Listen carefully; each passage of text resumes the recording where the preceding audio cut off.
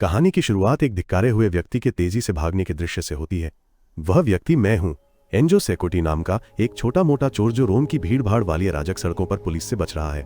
मैं कोई शानदार अपराधी नहीं हूं, मैं सिर्फ एक अक्खड़ असभ्य बदमाश हूं, लेकिन मैं इस शहर की अंडरवर्ल्ड को अपनी हथेली की तरह जानता हूं। मैं भीड़ और संकरी गलियों का फायदा उठाकर उन्हें चकमा देता हूं, जिससे पुलिस को मुझे पकड़ने के लिए पसीने छूट जाते हैं। कोने में फंस जाने पर मेरे पास कोई चारा नहीं बचा था सिवाय इसके कि मैं जोखिम उठाऊं और गंदे टाइबर नदी में कूद जाऊं। जब दो पुलिस वाले तटबंध से सिर बाहर निकाल कर झांकते हैं तो मैं सांस रोककर एक गहरी डुबकी लगाता हूं। मेरा दिल मेरी छाती में धड़क रहा होता है। आखिरकार वे हार मान लेते हैं और चले जाते हैं, मुझे पानी के नीचे अकेला छोड़ देते हैं। लेकिन जब मैं किनारे की ओर तैरने की कोशिश कर रहा था तब मैंने एक घातक गलती की। मैंने गलती से एक रेडियोधर्मी कचरे के ड्रम पर पैर रख दिया और उसमें गिर गया। उस गाढ़े तरल का रूप घिनौना था। मैंने उस जहरीले कीचड़ का थोड़ा सा हिस्सा निगल लिया और मेरा शरीर अनियंत्रित रूप से कांपने लगा। मैं अपने जर्जर अपार्टमेंट में रेंगते हुए पहुंचा उल्टी की और फिर सो गया। अगली सुबह कुछ अलग था। मैं एक अशुभ भावना के साथ उठा, लेकिन नहाने और नाश्ता करने के बाद मुझे आश्चर्यजनक रूप से ठीक महसूस हुआ। मैं अचानक हंसने लगा, लेकिन मेरे शरीर में अब कोई दर्द नहीं था और मुझे नई ताकत का एहसास हुआ। मैंने अपने दोस्त सर्जियो को, जो ठीक नीचे रहता है, वह महंगी घड़ी बेचने का फैसला किया जो मैंने अभी चुराई थी। हालांकि सर्जियो घर पर नहीं था, केवल उसकी बेटी एलेशिया थी। एलेशिया थोड़ी सनकी थी। उसकी मां की मृत्यु के बाद से राज्य ने उसे गोद ले लिया था और वो जापानी एनिमे स्टील जीएग नामक रोबोट के प्रति पूरी तरह से आसक्त थी। वो हमेशा अपनी पसंदीदा एनिमे डीवीडी की डिस्क साथ रखती थी और उसका कमरा विशाल रोबोट के चित्रों से ढका हुआ था। मैंने सर्जियो को एक मानसिक रूप से अस्थिर माफिया सरगना फैबियो कैनेज़ारो, जिसे द जायंट के नाम से भी जाना जाता है, के ठिकाने पर पाया।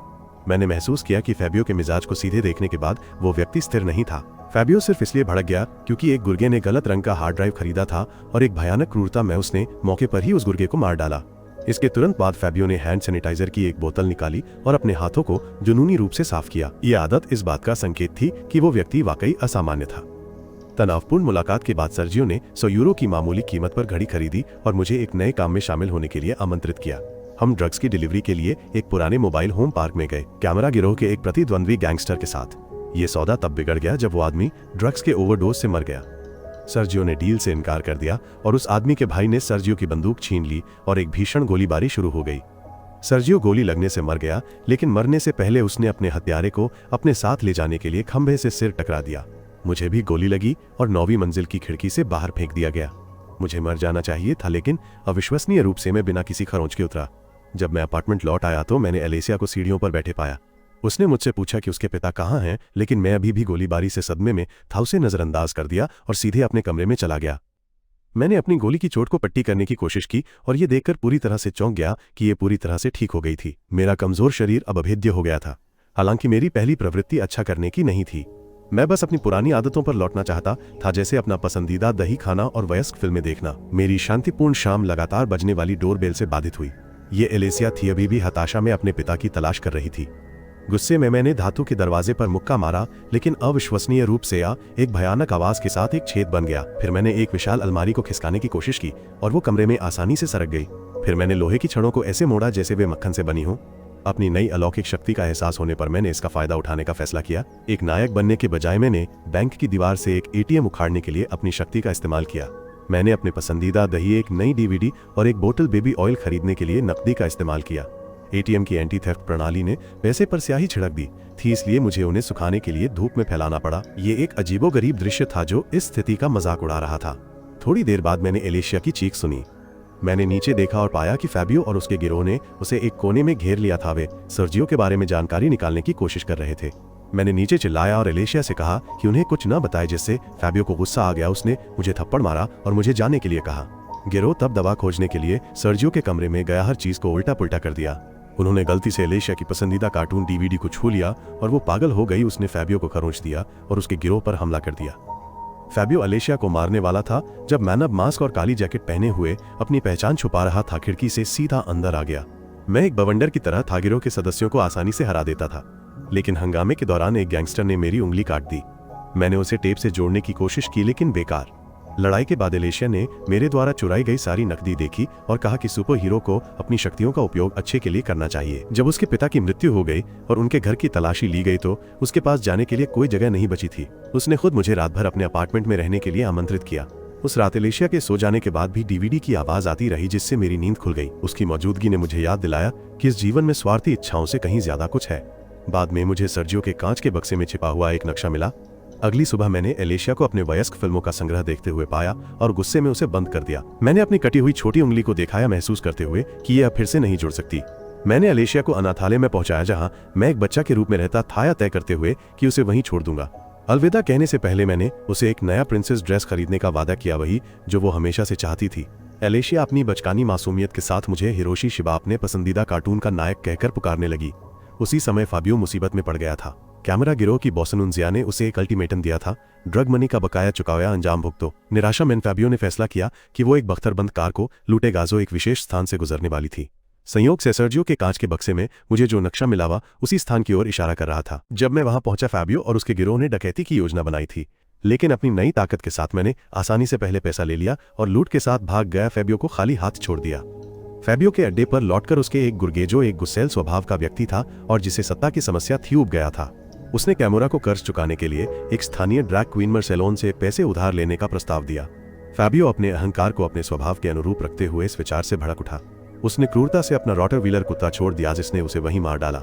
इस बीच में पाए गए धन के साथ मैंने खुद को एक विशाल प्रोजेक्टर, महंगे स्पीकर और यहाँ तक कि एक संपूर्ण स्टील जीग डीवीडी बॉक्स सेट खरीदा। मैंने ये सब खरीदा क्योंकि मुझे एलेशिया की बकबक याद आने लगी थी और मुझे एहसास हुआ कि मैं उसके साथ समय बिताना चाहता हूँ। जल्द ही 2 पुलिसकर्मी मेरे अपार्टमेंट में आए। उन्हें एलेशिया सड़क पर अकेली भटकती हुई मिली थी और वे उसे मेरे पास ले आए। उनके जाने के बाद एलेशिया ने मुझे एक हस्तनिर्मित सुपर हीरो मुखौटा दिया। मैं उसकी लगातार उपस्थिति से नाराज होकर उसे एक बार फिर अनाथालय वापस ले जाने का फैसला किया, लेकिन एलेशिया ने मुझसे रुकने और उसके साथ उसकी पसंदीदा कार्टून फिल्म देखने की विनती की। हम साथ बैठकर फिल्म देखने लगे और जब हम साथ बैठे, एलेशिया ने धीरे से मेरा हाथ पकड़ लिया। मैंने धीरे धीरे जवाब दिया, लेकिन उस स्पर्श ने एलेशिया की एक दर्दनाक याद को ताज़ा कर दिया। अतीत में उसके साथ यौन शोषण हुआ था और वो उस स्पर्श से डरकर चिल्लाई। मैं पूरी तरह से भ्रमित उसे शांत करने की कोशिश की। इसके बाद क्योंकि एलेशिया अभी भी अपने पिता के बारे में पूछ रही थी, मैं उसे खेल के मैदान में ले गया और फिर शॉपिंग मॉल में वो पोशाक खरीदने के लिए जिसे मैंने वादा किया था। 3 अलग अलग जगहों पर खोजने के बाद हमें एक छोटी एनिमे की दुकान में सही गुलाबी पोशाक मिल गई। एलेशिया इतनी खुश थी कि उसने मुझे ड्रेसिंग रूम में आमंत्रित किया ताकि वो मुझे उसे पहने हुए दिखा सके। इसके बाद उसने कहा कि वो मुझसे प्यार करती है और मुझे चूमा। मैनेजर्स ने उसके प्रति अपनी बढ़ती भावनाओं को नजरअंदाज करने की कोशिश की थी, ने वापस चूमा और हमने वही संबंध बनाया। लेकिन एलेशिया को कुछ महसूस हुआ। उसे लगा कि मैं उसके पास केवल वासना के कारण हूँ और उसकी कोई परवाह नहीं करता। घर वापस जाते समय एलेशिया ने मुझसे सामना किया। मुझे अत्यधिक दर्द के साथ एलेशिया ने स्टॉप पर एक स्ट्रीट कार ली। मैंने अपनी गलती महसूस करते हुए बिना हाथों से चलती स्ट्रीट कार को रोकने के लिए अपनी महाशक्ति का इस्तेमाल किया। मैं एलेशिया से माफी मांगने और उसे अपने साथ घर ले जाने के लिए मनाने के लिए भागा। जल्दबाजी में मैं अपना मुखौटा पहनना भूल गया। सड़क पर मौजूद लोग इस पागल दृश्य को फिल्मा रहे थे। उन्होंने नए रहस्यमय सुपर हीरो का असली चेहरा रिकॉर्ड कर लिया। वीडियो ऑनलाइन वायरल हो गया और मैं एक बहुत ही वास्तविक चेहरे के साथ एक भगोड़ा बन गया। अचानक पास की एक सड़क पर एक बम फट गया और मैंने एलेशिया को सुरक्षित स्थान पर ले जाने के लिए दौड़ लगाई। मैं उसे एक कब्रिस्तान में ले गया जहां हमें सर्जियो का शव मिला। जब एलेशिया रोई तो मैंने उसे सांत्वना देने की कोशिश की। उसी समय फाबियो ड्रैग क्वीन मार्सेलोन से पैसे उधार लेने आया, लेकिन नूनजिया और उसके आदमियों ने उसका पीछा किया। एक अराजक गोलीबारी हुई। मार्सेलोन को गोली मार दी गई और नूनजिया ड्रैग क्वीन को सिर्फ गोली मारने से नाखुश फाबियो का मजाक उड़ाने लगी जैसे वो उसे जिंदा जला देने वाली हो। लेकिन मार्सेलोन जो मरा नहीं था ने एक बंदूक उठाई और गोली मारना शुरू कर दिया। नूनजिया भागने में सफल रही। फाबियो ने अराजकता का फायदा उठाया, अपनी पिस्तौल पकड़ ली और भागने से पहले मार्सेलोन को गोली मार दी। जब फाबियो अपने ठिकाने पर लौटा तो उसने पाया कि नूनजिया ने उसके सभी लोगों को खत्म कर दिया था। उसके गिरोह का केवल एक सदस्य जीवित बचा था। खबरें देखते हुए फाबियो ने पाया कि मेरा चेहरा स्वघोषित सुपर विलन अब एक वायरल सनसनी बन गया। अपनी हार से गुस्से में और मेरी नई प्रसिद्धि से ईर्ष्या करते हुए फाबियो ने मुझसे मिलने और अपनी शक्ति को चुराने की कसम खाई। इस बीच में पुलिस से बचने के लिए एलेशिया को एक सराय में ले गया। मैंने आखिरकार अपने अतीत के बारे में उससे बात की। मैंने उसे अपने पापी जीवन के बारे में बताया और मेरे युवा नशेड़ी दोस्तों में से सभी दुखद रूप से मर गए थे। मैंने उसे ये भी समझाया कि सर्जियो की मृत्यु कैसे, ये मेरे लिए एक मोड़ था। मैं हमेशा बंद रहता था लेकिन पहली बार मैं कमजोर पड़ गया। एलेशिया मेरा एक नया पहलू देखकर पूछा कि क्या मैं उसे सांत्वना देने के लिए उसके बिस्तर पर सो सकता हूँ। जैसे ही हम सोने वाले थे, फाबियो और उसके गिरोह ने धावा बोल दिया। फाबियो ने मुझे बेहोशी की सुई लगाई और मैं गिर गया, जबकि उन्होंने एलेशिया का अपहरण कर लिया। जब मैं जागा तो मुझे बिस्तर पर कसकर बांध दिया गया था। फाबियो मेरी शक्ति के रहस्य को जानने की कोशिश कर रहा था, मुझे देख रहा था। मैंने उसे जाने के लिए पैसे की पेशकश की, लेकिन फाबियो ने मना कर दिया क्योंकि वो केवल मेरी शक्ति चाहता था। फाबियो का धैर्य टूट गया था और उसने मुझसे कहा कि मुझे अपनी शक्ति के स्रोत तक ले जाए। एलेशिया की जान खतरे में पड़ने के कारण मेरे पास मानने के अलावा कोई चारा नहीं था। मैं उसे टिबर नदी पर वापस ले गया। फाबियो तिरस्कार से इस विचार पर हंसा कि नदी में डुबकी लगाने से उसे शक्ति मिल सकती है। उसने मुझसे नदी के नीचे से रेडियोधर्मी कचरे का डिब्बा निकालने को कहा। उसी समय फैबियो के लोग एलिशिया का बलात्कार करने की तैयारी कर रहे थे जो कार में थी, लेकिन इससे पहले कि वो कुछ कर पाता नंजिया और उसके लोग आ गए। घबराहट में फैबियो ने एलिशिया को पकड़ा और उसे एक मानव ढाल के रूप में इस्तेमाल किया, लेकिन नंजिया और उसके लोगों को परवाह नहीं थी। उन्होंने फैबियो को गोली मार दी, जिससे वो और एलिशिया दोनों गोलियों की बौछार में फंस। असंतुष्ट नंजिया ने फैबियो को जला दिया और वो नदी में गिर गया, दर्द से चीखता रहा क्योंकि उसकी देह आग की लपटों से जल गई थी। एलिशिया गोली लगने से मर गई। मरते हुए मेरी बाहों में उसने मुझे हीरोज जीक बनने और लोगों को बचाने के लिए कहा। पता चला कि फैबियो मरा नहीं था। जब वो चला और नदी में डूब गया तो उसने बहुत सारा रेडियोधर्मी कचरा निगल लिया था और इसने उसे बिल्कुल मेरी तरह मां शक्तियों के साथ पुनर्जीवित किया। अपने जले हुए सिर को ढकने के लिए एक नई विग के साथ उसने तुरंत एक कत्लेआम शुरू कर दिया। उसने नंजिया का उसके मुख्यालय तक पीछा किया, उसके लोगों का सफाया कर दिया और व्यक्तिगत रूप से उसे मार डाला है। सब एक फोन पर दर्ज किया गया। फिर उसे एक गुप्त शस्त्रागार मिला और उसने एक विशाल बम चुरा लिया। एक बड़ी योजना के साथ फैबियो एक चौंकाने वाला बयान देने के लिए तैयार था। इस बीच मैं पूरी तरह से टूट गया था। एलिशिया की मौत ने मुझे पूरी तरह से तबाह कर दिया था और मैं सड़कों पर भटकता रहा, दुख में डूबा हुआ। पुलिस ने मुझे देखा और वायरल वीडियो से मेरी पहचान होने पर मुझे गिरफ्तार करने आए। मैंने प्रतिरोध नहीं किया, लेकिन जब पुलिस मुझे घेर रही थी तो एक माँ और बेटी वाली कार ने मुझसे टकराने से बचने के लिए रास्ता मोड़ लिया। कार दुर्घटनाग्रस्त हो गई और बेटी अंदर फंस गई। जब कार में आग लगने लगी, एक पल के लिए मुझे एलिशिया के शब्द याद आए, एक नायक को सभी की मदद करनी चाहिए। मैं कार की ओर दौड़ा और इससे पहले कि ये फट जाए मैंने उस बच्ची की जान बचाई। आखिरकार मुझे दूसरों की मदद करने की खुशी समझ में आई। पुलिस मेरे वीर कार्य से चकित पीछे हट गई और मुझे जाने दिया। बाद में जब मैं टीवी देख रहा था, मैंने देखा कि फैबियो ने अपने नरसंहार का वीडियो पोस्ट किया था जिसमें कहा गया था कि वो एक बड़ा विस्फोट करेगा। मुझे एक सहज ज्ञान सेपता था कि लक्ष्य क्या था। ये वो स्टेडियम था जहां एक डर्बी मैच चल रहा था। मैंने एक डिलीवरी वाले से स्कूटर छीन लिया और स्टेडियम की ओर भागा। अब मैं एक नायक की भूमिका पूरी तरह से स्वीकार करता हूँ। मैं एक वास्तविक जीवन का हिरोशी शिबा हूँ। मेरा सहज ज्ञान सही था। फैबियो ने एक एम्बुलेंस लूटी थी, उसमें विस्फोटक भरे थे और उसे स्टेडियम ले गया था। मैंने उसे ढूंढ लिया और एक सेकंड भी बर्बाद किए बिना हमला किया। हम दोनों के बीच एक भयंकर लड़ाई हुई और मैंने फैबियो के हाथों से बम का डेटोनेटर गिरा दिया, लेकिन फैबियो हमेशा एक कदम आगे ने हाथ से बम के टाइमर को सक्रिय कर दिया और भाग गया। घड़ी में 2 मिनट से भी कम बचे थे। मैं एम्बुलेंस में कूद गया और उसे सुरक्षित स्थान पर ले जाने की उम्मीद में चला गया, लेकिन पुलिस जो अभी भी बम के बारे में नहीं जानती थी ने मुझे रोकने की कोशिश की। मैंने दृढ़ संकल्प के एक पल में गाड़ी से बाहर निकलकर अपनी सुपर शक्ति से उसे धक्का देकर पास के पुल की ओर भागा, लेकिन जैसे ही मैं बम को नदी में फेंकने वाला था, फाबिया ने मुझ पर घात लगा दिया। हमने आखिरी बार लड़ाई लड़ी और मुझे बुरी तरह पीटा गया।